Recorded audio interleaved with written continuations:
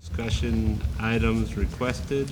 I will touch on Ms. Sierra's question about, what we're going to start doing to plan on how to get back to in-person. I know that was a big question submitted today, and I think that will be a good discussion item for when we give the COVID report in 2 weeks.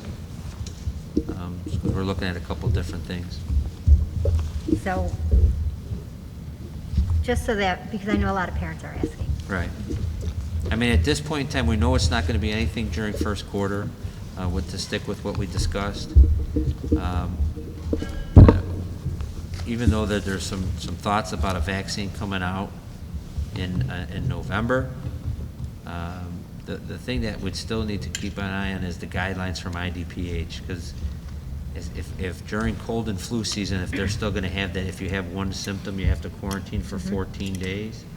I think the amount of staff that we would have to quarantine, we already we don't have students in the building. We're between 6 and 8 teachers on quarantine right now. So we just have to, that all will play into it. The guidelines from the state as they get amended. It's just interesting that both 95 and 96 are 2-3 weeks into school and they're a hybrid. And from what I hear, it's going very well. I think the one big thing though and I think that's why there's a lot of parent Sure. questions, because they've got their elementary kids in person and their high school kids aren't. I think the big thing that it still gets missed in that is that there's no high schools in the area that are in person, because I don't know if anybody's really figured out how to do the whole changing of classes and the congregation in the hallways and the passing in the hallways with the guidelines that are in place about the contact tracing. Yeah, good. That's what's the tough part. Point taken. But the goal is to get back to in-person, and I think you guys know that. That's my goal, that's Dr. Freitas' goal, and so we'll have some more talking points for you at the September COW. Thank you. Consideration of items for future meetings.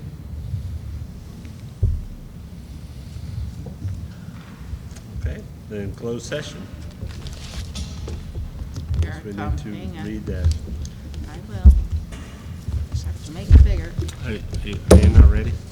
Sorry. Well, while she's doing that, I do have one issue for a future meeting. Yeah. We had talked over the summer about having some discussion about a racial equity task force or something internally with the administration.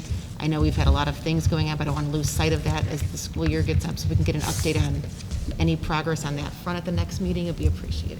That'd be Thank you. great. We're going to share something today in closed session, so we can report out on that in Okay. public as well. Thank you. All right.